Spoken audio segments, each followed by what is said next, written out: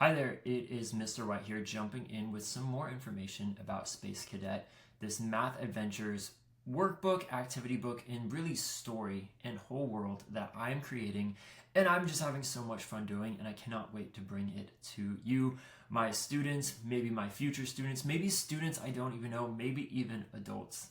You guys, as I'm creating this, I'm like, I would have loved this because I love reading and just the creativity that is being poured into this. But I want to share with you what this page looks like, jumping into a little bit more about how we will go through the math side of this, because while building the world and the story is like one of my favorite parts of this creative project, just as important and like really the reason I'm creating this is for the math, because as I mentioned, as a teacher, I learned we need to bring these maybe tough subjects or harder subjects, and really I think all subjects, to students as one, showing that you can have fun and enjoy the subject, and then two, you just need a lot of practice. So that is what I am building here. So as a parent, be encouraged that that is forefront in my mind. I've spent a whole year learning that myself, figuring out the best ways to teach difficult and tough subjects, as well as figure out how can I get more practice for my class, because that's what they really needed and will need as I continue teaching on in the future.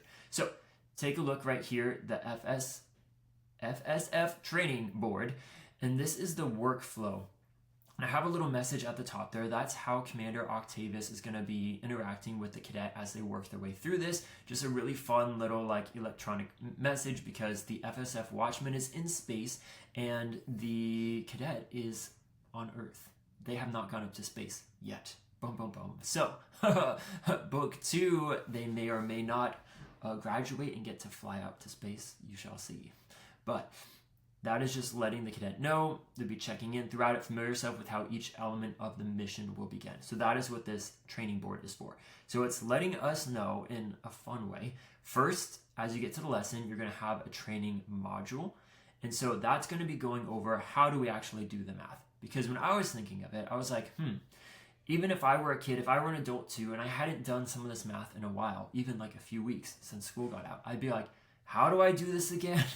So the training module will show an example as well as like a mini lesson of like, here are the steps we take, here's why we do this, here you go, here's a worked out example, and then here's maybe 3 or 4 examples for you to do and to practice doing it. All right, great.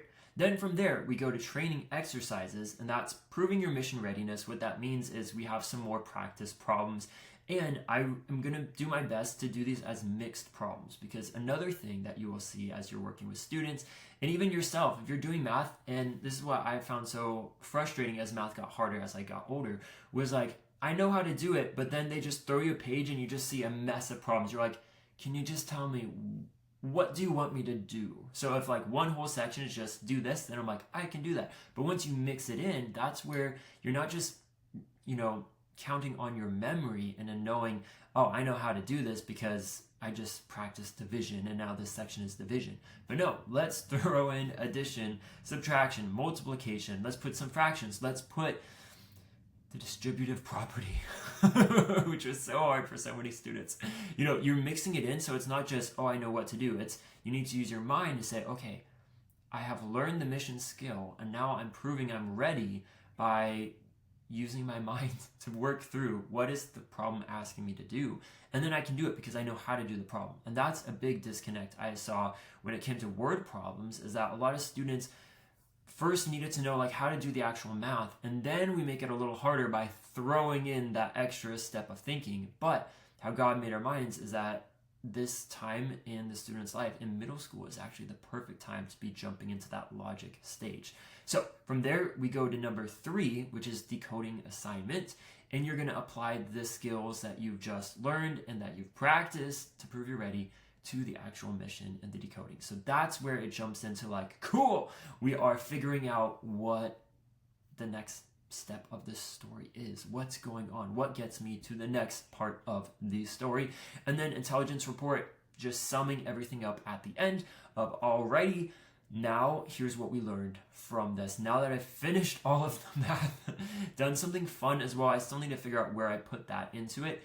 But should also be a recap of like what did they learn from the story part, and that's what I'm going to share just in a moment with you. So I'm really excited for that. And then the thing at the bottom, all cadets must complete the full training sequence before reporting findings to mission control. As a parent, if you're watching this, it would be checking to make sure you're a student, and if you're a student, please actually do the work, because that's what this book is for. I think the story is going to be killer, where you just want to figure out the story, but keep in mind that while you're excited for the story, use that to fuel your enjoyment for doing the math itself, because it's going to be so much fun and really rewarding as you're figuring out, like, oh, wow, I just decoded the message, so let's keep going. So it's going to be great. But this is phase 1. This covers chapter 1 of what we learned in this fundamental class and course that I taught. And so you'll just see right there, I'll let you read them, but we go through quite a bit. Each phase is going to have 7 lessons. So parents, be happy. Your student is going to learn so much. And a lot of it should be review, but will mostly just be great practice that we all need. We all need to practice. But I wanted to share this story. So if you want to log off now, you can, or come back to it. It's about 4 pages long, but right as we're getting into doing the math, right before that, you are going to get a chunk of the story. And I spent this morning creating this a few hours, which is like a few hours, but I think it is coming together so great. And usually with creative works, I wait a day or 2 or 3 and I go back and edit. So what I'm reading with you now is probably not going to be what gets printed, but it's going to be fairly close to this. And I hope that this is what brings the most excitement for wanting to jump into this. Because for parents, yes, you want your kid to do math and to stay up to date and progress as they should. But for students, I think you want to have fun. If you're going to be forced to do math anyways, don't you want to have an awesome story where you can fit yourself within there and just get excited for doing what you are already going to have to do? So let's go ahead and get started with this. Commander Octavius looked across the bridge, which had begun clearing out of officers. It was just an hour ago that the watchman intercepted the encrypted transmission, and the alert was sounded. Red blinking lights, codes being transmitted over radios in the PA system, as well as a rush of officers quickly took their stations as they'd done many times before. Something about this intercept was different, though. The watchman was used to receiving transmissions and gathering intelligence, as this was their primary task within the Freedom Stealth Fleet. They were specially trained to gather information and perform reconnaissance without being seen, and excelled at putting the unseen pieces together that threatened freedom. Typically, when they intercepted transmissions, they knew where it came from. It was one of the more basic flows of intelligence gathering they had in place from the many years of building up the needed infrastructure and tools. However, with this specific transmission, there was no known origin. The message had to have come from somewhere, so that was not the startling part to the commander. What first set off the warning light in his mind was that FSF had some of the most advanced tools in the universe. If this transmission was able to shield its location, then it meant they had made a huge error in judgment. Who else had the capability of shielding their location? How long has this been going on? How many messages have been sent out that we potentially missed? What kind of new threat is out there?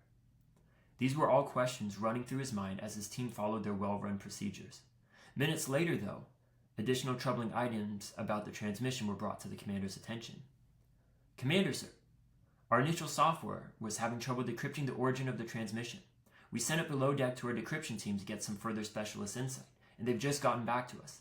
It's like nothing they've seen before and cannot be decrypted with our current setup. The next trouble came when he got a similar report from another officer.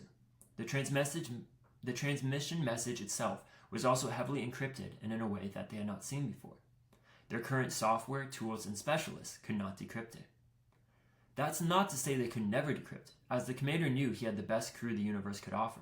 What it meant, though, was that it would not be the quick encryption to reconnaissance flow they were so well adapted and used to. It reminded him of when they first started out the FSF and all worked from the Genesis, the first ship and current mothership to the entire fleet. They were just a small group of scientists, leaders, military, law enforcement, and explorers that came together to lead a charge that was bigger than the universe itself, to honor and follow the Lord in all they did, and to protect the freedom endowed to humanity from tyranny.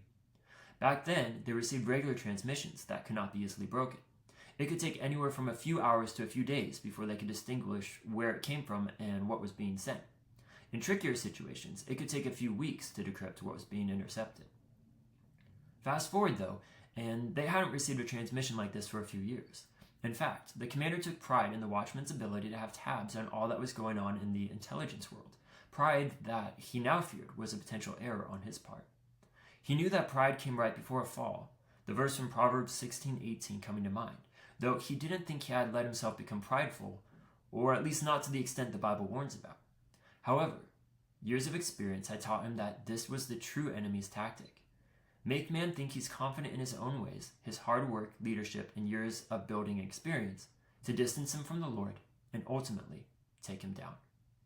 It was right as he was beginning to realize this and almost letting himself fall into a dark mental place when he remembered a verse his mentor back on earth had shared with him many times during his early career. When pride comes, then comes disgrace, but with humility comes wisdom. Proverbs 11:2.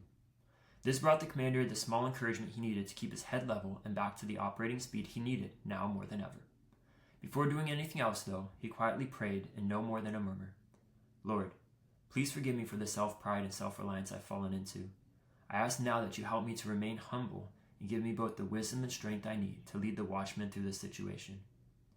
Right as he was brought back to the blinking lights and the sound of his working officers, he received the final blow to the entire situation that was unfolding in real time before them. Commander, I need your attention over here. As the commander quickly made pace to his intelligence mapping officer, he was directed to a giant screen that showed a map of Earth. In his mind, he gave an audible gasp of what he saw.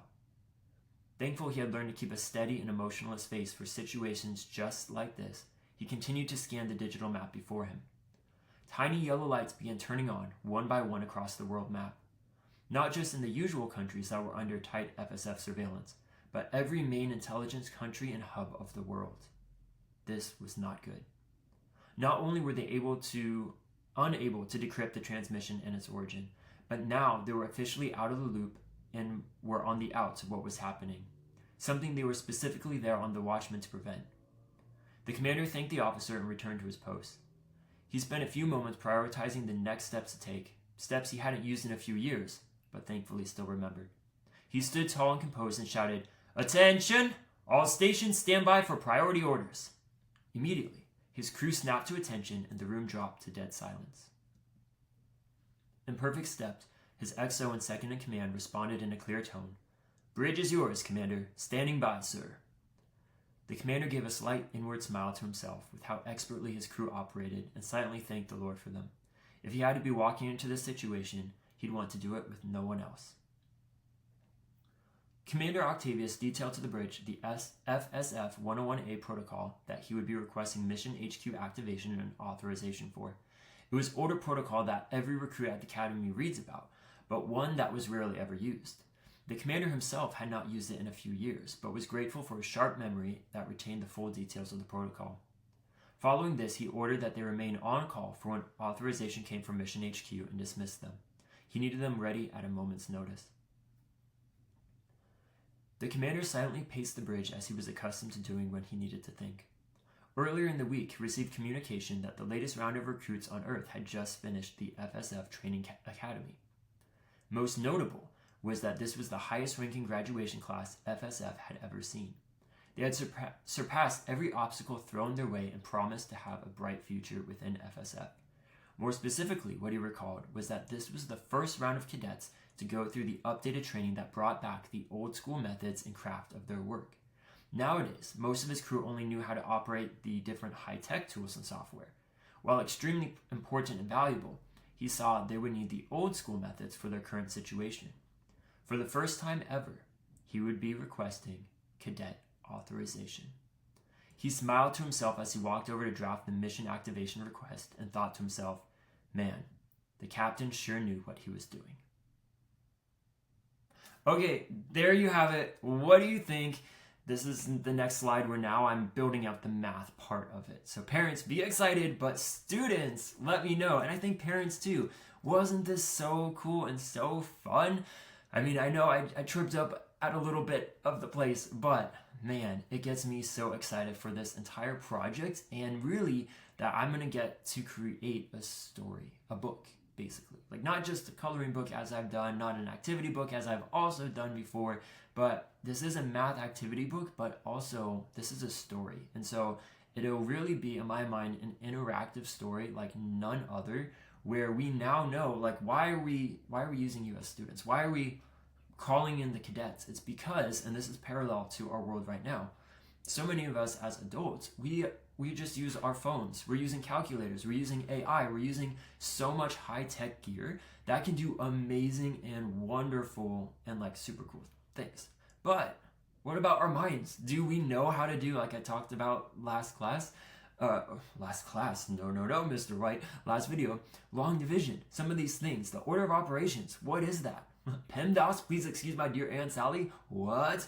Do we know how to do that? And so I think in this story, that is what is so cool with, as I was writing it, coming together was, oh, we actually have a reason now, and it's just like our world today. Like, how cool is that? That society, hopefully, you know, the school I teach at knows this, like, knows how important it is to train up our young kids to have use of their brains, the logic, the grammar, the rhetoric, all of that on a biblical worldview and foundation.